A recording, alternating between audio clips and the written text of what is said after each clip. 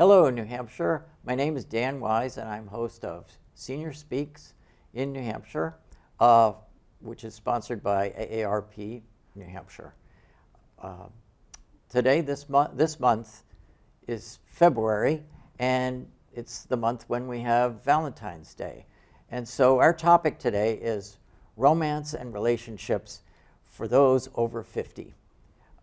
It's a hot topic, and it's demographically there's a lot more people in this generation who are single.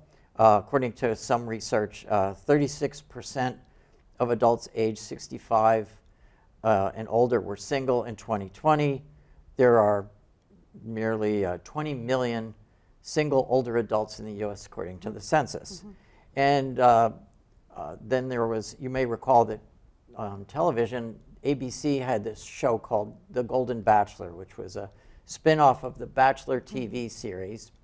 And it was one of their most successful series in several years for that show. And to discuss the topic of gray dating, I have a guest, Lauren Harris. Lauren Harris is Assistant Professor of Human Development and Family Studies at the University of New Hampshire. And she has a PhD in sociology, and her research focuses on romantic relationships with a particular emphasis for the past few years on older adults. Yes. So welcome, Lauren. Thank you so much for having me. So can you tell me first about how you got into doing, Sure. you were doing research on relationships. Yes. That was something you were interested Yes. in. And then you got involved. How did you decide to look at Sure. the older generation? Right, so when I went into graduate school, I was interested in studying young adults. I was interested in family formation, and when we talk about family formation, we're usually talking about people in their 20s and their early 30s, and so that's what I went in expecting. And then the summer of 2019, as a graduate student, the Free Library of Philadelphia was doing a lecture series in their senior services department, and their topic was love and romance that summer. Somehow or another, that came across my desk. They asked if I could give a lecture on something related to the topic. I had recently given a lecture in a class on online dating, mostly the history and sociology of online dating. And so I offered to do that presentation, and they said, yes, come on in, we'd love to have you. And in the advertisements, it was framed as a how-to, an online dating how-to for older adults. And I panicked a little. I wasn't thinking of it as a how-to. I actually went to the AARP website to get some tips and tricks. They have a lot of great resources there. And so I gave this presentation at the library for older adults, and I expected no one to be there. I did not think it would be very popular. It turns out it was very popular. The room was full. There were dozens of older adults interested in the topic. Some were curious to learn more about how their adult children were experiencing online dating. Some were just curious in general, lifelong learners. But there were a good amount of older adults who wanted to know how. How do I try online dating? Where do I begin? How do I upload a photo? How much is too much to spend on a dating site? There were a lot of questions, and I was very surprised. Looking back now, it was naivete. I should have known better, but I was really surprised. And so I was talking to one of my dissertation committee members about it, and he said, "This is great. This is your dissertation." And I said, "No, like this isn't what I'm here for." And so I dug into the literature. What did we already know about older adults and dating? And I found that we didn't know much at all. There was very little work done on this demographic and this experience. Almost all of it was in the late 80s, specifically about widows and how they did or did not want to start dating again. And so it felt like it was sort of a sign. There was not a lot of work done. I was interested in family formation. There was a lot of interest, and so that sort of sparked that project and led into all of my dissertation research. Mm-hmm. And so what was the basic, how did you set up your research on that? So I had a little bit of a hurdle. I was collecting data in 2020, so COVID was really a big part of that experience. So I had to sort of shift my data collection. So I'm a qualitative scholar. I primarily do interviews. That's how I get my data. And so I interviewed 100 older adults, people ages 60 to 83, 50 men and 50 women. Because of COVID, I had to shift my my recruitment methods. I wanted to go in person. I was going to do mail. I was going to interview in person. Of course, I couldn't do that anymore. So all of my respondents are recruited from online dating sites. And so that does skew my data a little bit. All of my respondents were in some way seeking a partner interested in dating. So I don't have in my data the people who have opted out that are uninterested. So I recruited from online dating sites. It went really well. I got to do phone interviews with 100 older adults and get their experiences. And so they varied 50-50 men and women across the spectrum on education level, working, retired, semi-retired, living in cities, urban spaces, rural spaces, parents, grandparents, neither parents nor grandparents, relationship background, so married, divorced, separated, widowed, never married, sort of a lot of variety there. So I got to talk to a lot of different kinds of people. Yeah. So now, how prevalent is online dating among folks? Right, so I assumed that nobody was interested, which might be how other people feel, but that's really not the case. Online dating for older adults is growing very quickly. Just like technology generally, we do see older adults picking up technology from smartphones to internet use, all sorts of things like that. We do see older adults picking up technology more rapidly, and that is still the case with online dating as well. So in 2015, about 3% of people ages 65 and older had tried online dating. By 2019, that had jumped to 13%. So we're talking a decent amount of the population.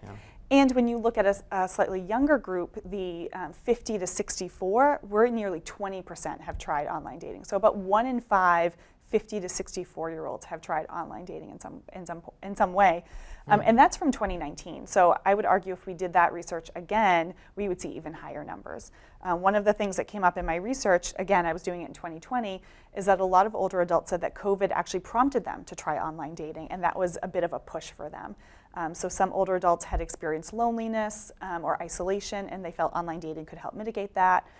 Other people felt that they wanted to try dating, they wanted to meet people, but everything was closed, everything was shut down. How could I meet somebody? Let's try online. Others had said, online dating is the way to meet. And so I think in the last 3 years or so, we're going to see even bigger numbers, bigger proportions of older adults trying online dating for sure. Yeah. So one of the questions that I think you kind of deal with is how does dating for folks over 50, how does that differ from younger folks? Yeah, so we do see some differences, not a ton, right? So we're still interested, younger or older, people are interested in a romantic relationship and what that looks like. One of the big differences that we see is that older adults are not so marriage focused as younger adults are. So when we're talking about somebody in their 20s or early 30s, we're talking about people who are looking for a long-term romantic partner to get married and have children. And that's not exactly what we're seeing for people in their 60s and 70s and 80s. We're seeing much more emphasis on companionship, an activity buddy, a travel partner, someone to do things with. So younger adults are looking a little bit more toward building a life together. Older adults are a little bit more focused on experiencing together the life that they have. And so we might see some differences in what they're seeking in a partner. We do see some differences in interest or requirements by things like education, income, career. Younger adults are looking a little bit more at potential, right? So, what kind of education do you have? What kind of job might you have with this? Can you get promoted? Is this going to grow with you? Can you and I together contribute financially to a family? Can we afford a family together? Can we support children, each other financially over the term of this relationship? Older adults are a little bit more focused on, are we going to have fun together? Do we have similar interests? Do you also like going to the theater? Do you want to travel together? A little bit more on doing fun things, going out, having adventures together. Younger adults are a little bit more focused on building a life, supporting a life together. Yeah, and then you've got the complications of things like the children, the adult children, the grown children, and what's their their reflection. Right. I think some of the stereotype is that the younger children are a little uptight about their parents date, their Yes. parent dating. Or their, Yes, right. So when we talk about younger versus older adult dating, one of the other big differences is the role of family. Yeah. And so we have historically seen that parents do play a role in their partners, in their child's partnering. And so more historically, that has been parents being part of selecting that partner, being part of, maybe it's matchmaking or whatever, but having a role in deciding or influencing who that child partners with. With time, we have seen that shift, and so now parents play less of a decision role in partnering, more of an influential role. So we still see that young adults want their parents to like their partner, to get along with their partner. You know, you want a cohesive family relationship. So we have long seen parents playing a role. With older adults, that's not so much the case. For most older adults, they might not have, their parents might not be alive anymore, but we generally don't see older adults having their parents be a factor, of course. Yeah. What we do see is the adult children and grandchildren also play a role. And so adult children do have or can have a really influential role in how their parents date, experience dating, partner, what kind of relationship they're looking for. There are many older adults who have decided to not marry or to not live with a partner because that's what their child wants. That's what the adult child is seeking, right? So some adult children can be a little put off or a little skeptical or dismissive of their parents dating. We see that especially with older adults who have been recently widowed, right? So if I've recently lost my mother, I'm not thrilled that my father is going out and dating. That doesn't sit well for me.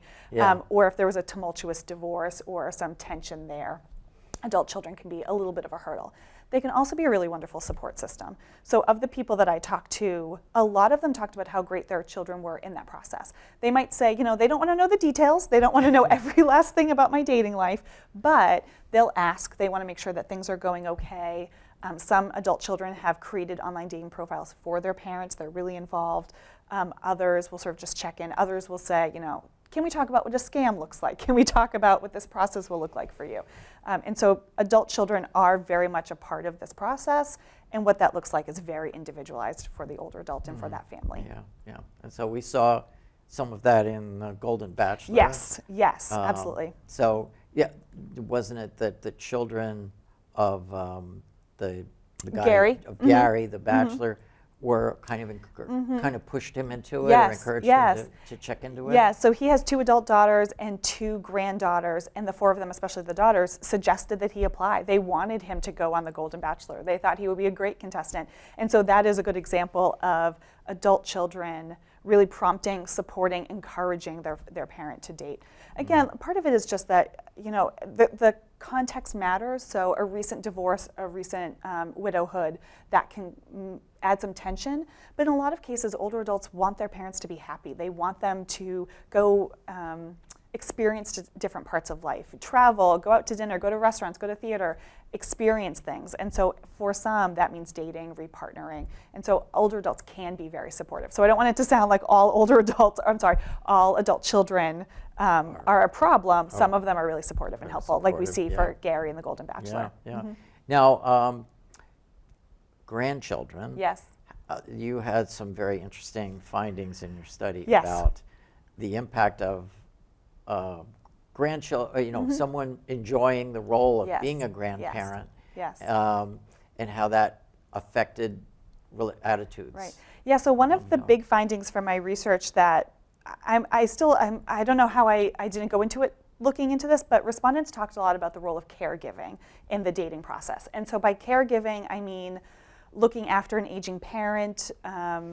Maybe your adult children live with you in the short term, or maybe you support them financially, practically, emotionally, that you're putting in a lot of work even if they don't live at home, or caring for your grandchildren either full-time or babysitting occasionally, whatever that is. So whether it's your parents, your children, your grandchildren, you're giving some amount of care to someone that you love, someone in your family.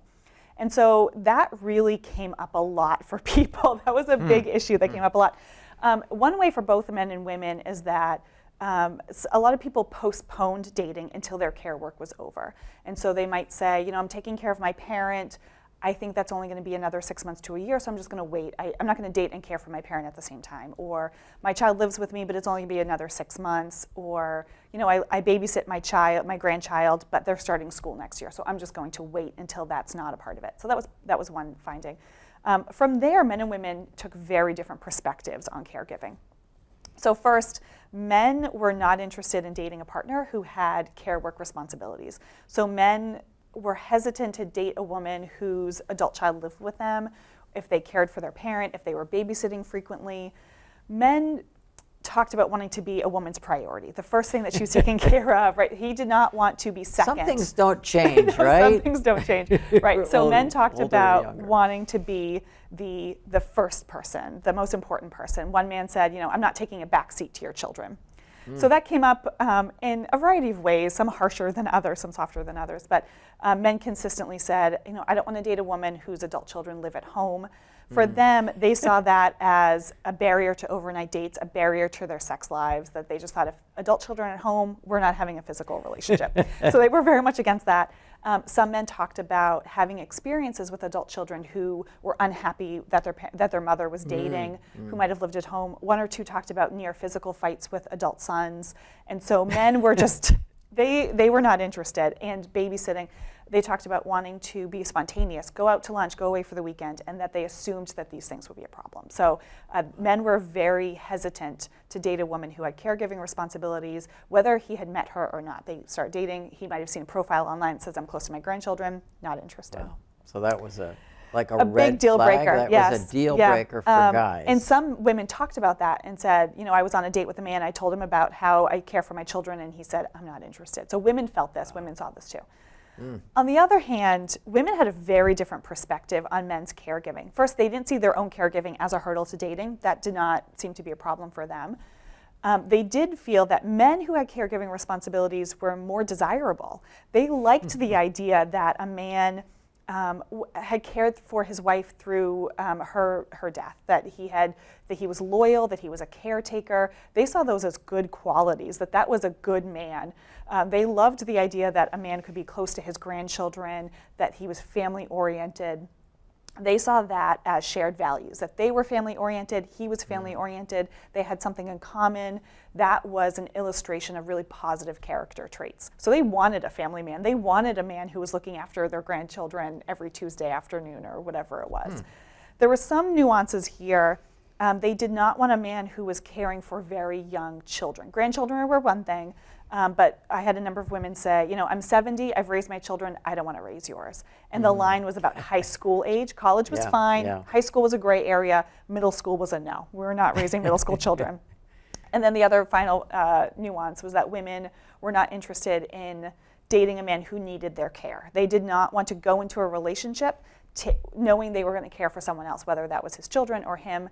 And so they were hesitant to date men who were aging, ill, frail, who would need their nursing in the very near future. They were quick to say, if that happened over time, that's fine, I would fill that caregiving role.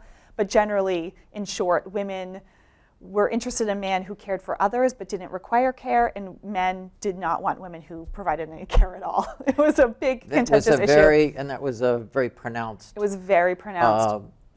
Preference. Yes, I had very little women on the other side or men on the other side. It almost didn't happen. And it was an issue I didn't ask about. They brought this up on their own. I did not think to ask about caregiving. So it was at the forefront of most respondents' minds. Wow, yes.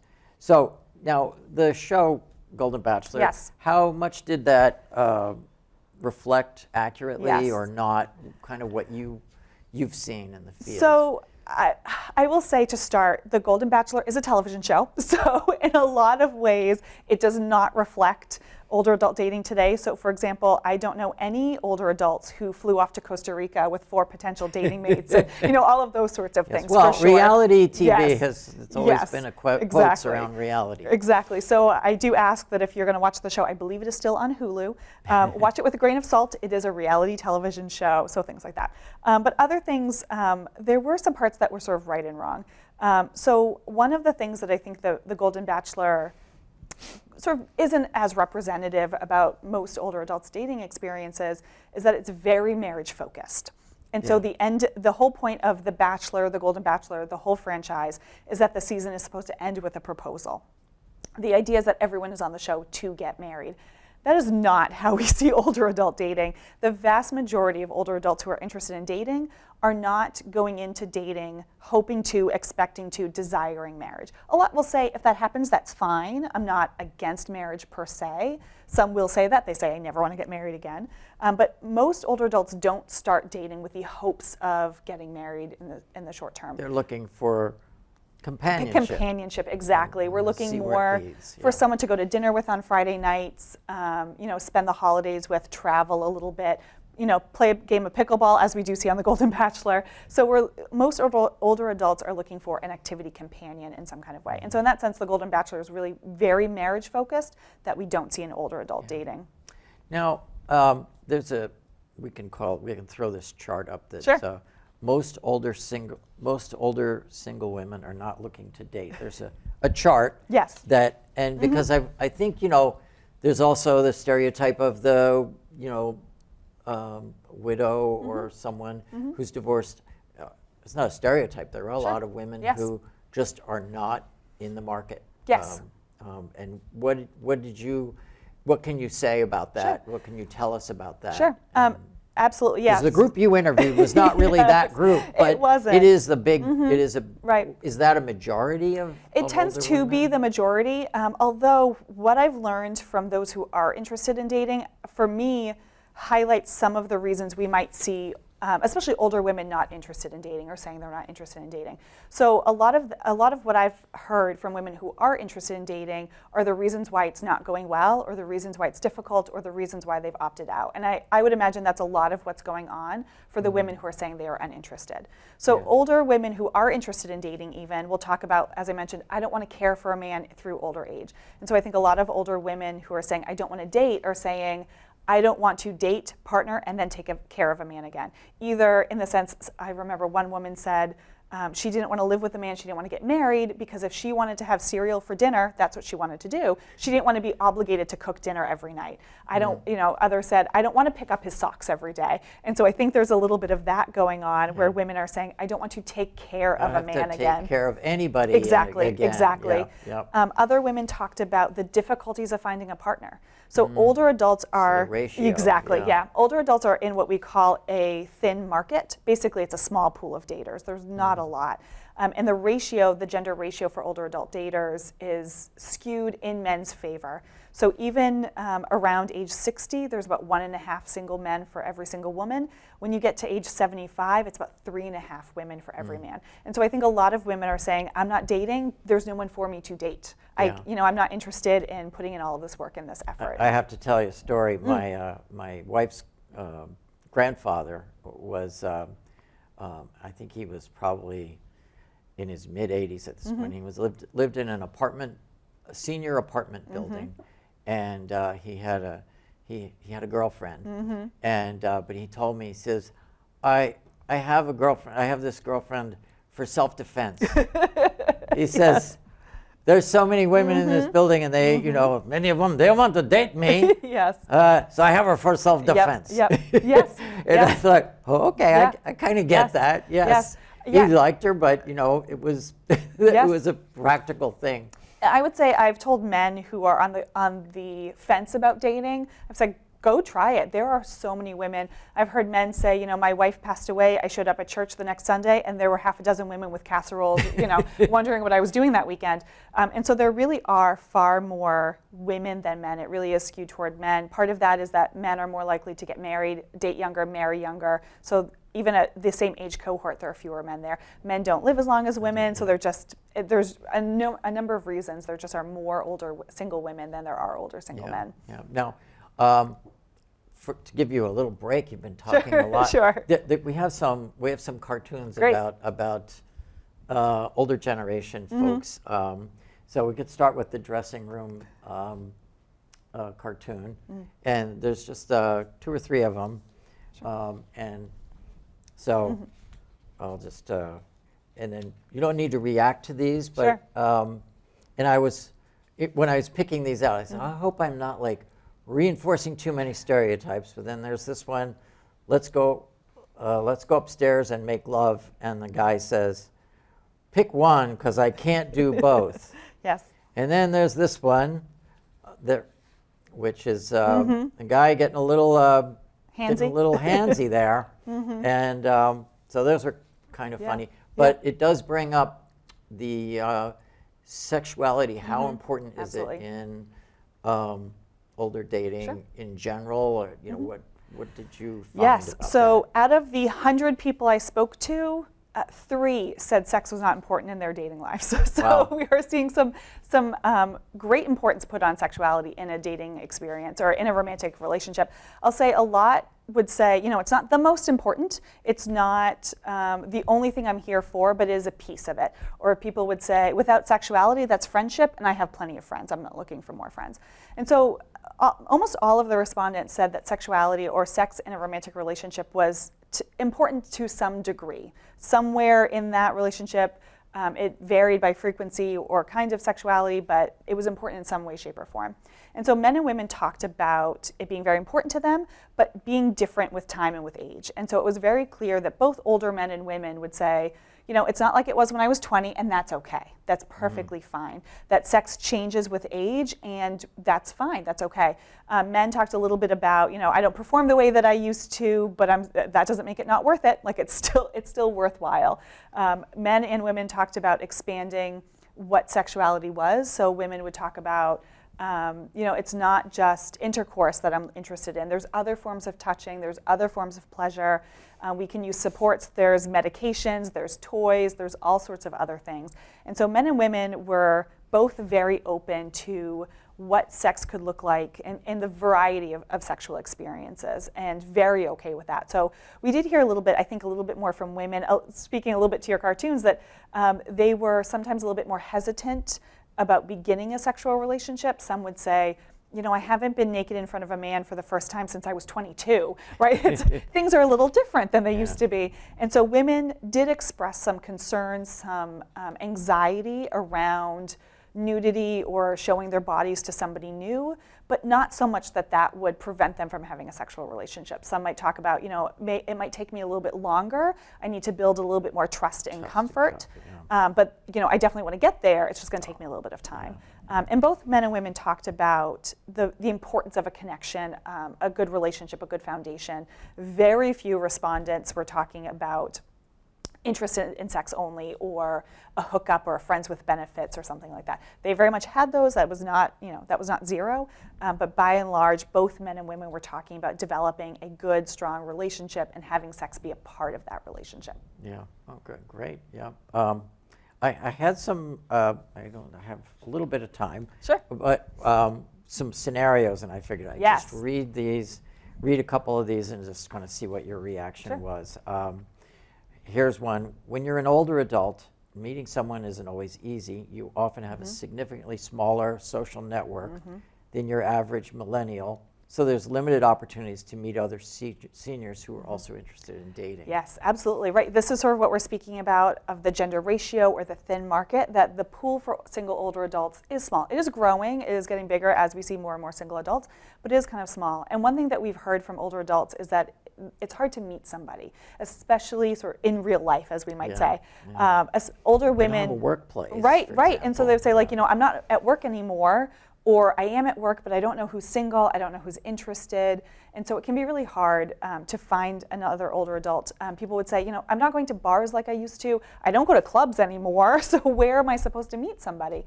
Women especially would say, I go to activities, my local church hosts something, my local aging center hosts something, I show up and it's all women. And so women especially are having a hard time finding men in person. Again, I'd say men, if you're interested in dating, show up, go in person, you'll have some good luck.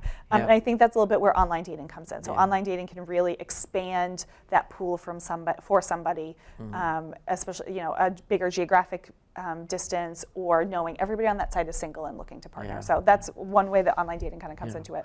We didn't get a chance to talk about this, about kind of the lifestyles of both financial and other things.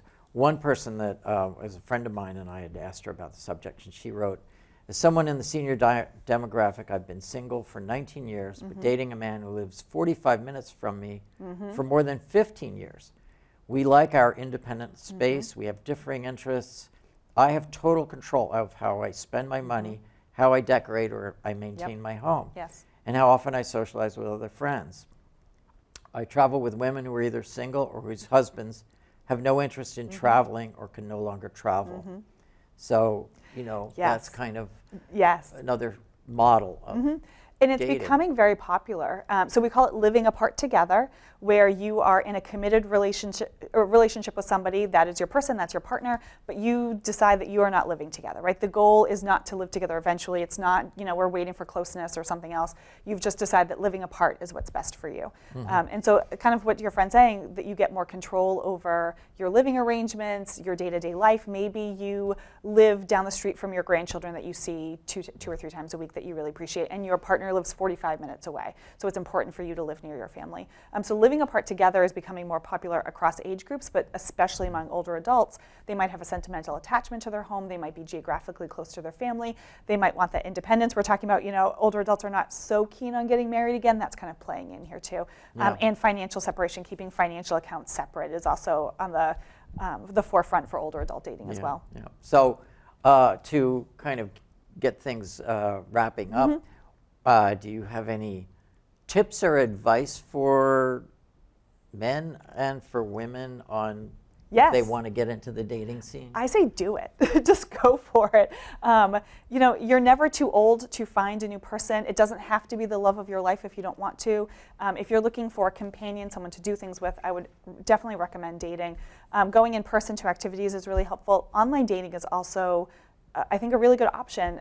Accessible, often free or low cost, depending on what you're looking for. But I'll say, you know, be careful of scammers. Make sure your photos are up to date and recent. Ask for help, right? So just be your authentic self. Be positive and upbeat. But if someone is unsure about dating or not, I would say jump into it. Have some patience. It can take a little bit of time, but you can meet some interesting people. Just go in with an open mind and see what you might find. I spoke to a guy who said that he tried online dating, but the other thing that he liked better was these groups that where you would go, and I guess Like a meetup? it's meetup, yeah. And he said that you could see somebody over the course of several meetings without, you know, you get to know them gradually rather than sort of being confronted with a first date. For sure, for sure. Talking to somebody on the phone and then having, bam, a first date where Yes. you would one-on-one for whatever period of time that you're getting together. Right. You can sort of get to know somebody and decide, am I even interested in going on a date with them? Right. So if you are interested in dating, I would recommend joining groups, joining organizations. Depending on your level of comfort, tell your friends or family members, look, I'm interested if you know anybody, you know, I'm interested in meeting somebody. So yeah, joining things, putting yourself out there, meeting new people is really the first step. Yeah, good. So what's the next step for you for research? Yes, yeah, so two big things on the horizon. I would like to do follow-up interviews with the ones that I've already spoken to see how have things changed in 4 or 5 years. Have people partnered, broken up, opted out of dating? What does that look like for them in the long term? And the other part, I'm looking to start a new small project. All of my respondents are heterosexual, and that only gives you a piece of what's going on for older adult dating. Yeah. And so for my next project, I want to expand and interview members of the LGBTQ community and how those older adults are partnering, repartnering, and dating, and what those experiences are like. So hopefully doing those interviews over the course of this spring. Yeah, okay, great. Well, I really want to thank you for coming. And thank you so much. there's nothing significant involved here, but I wanted to say thank you for very coming. much. I will accept this And rose. You'll accept the rose. Happy Valentine's Day. Thank you so much. Thank you for having me. I want to thank you for coming and thank the viewers for checking the show out. We're on every month, Senior Speaks New Hampshire, and I think we're just about done. So thank you. Great. Thank you so much. Bye.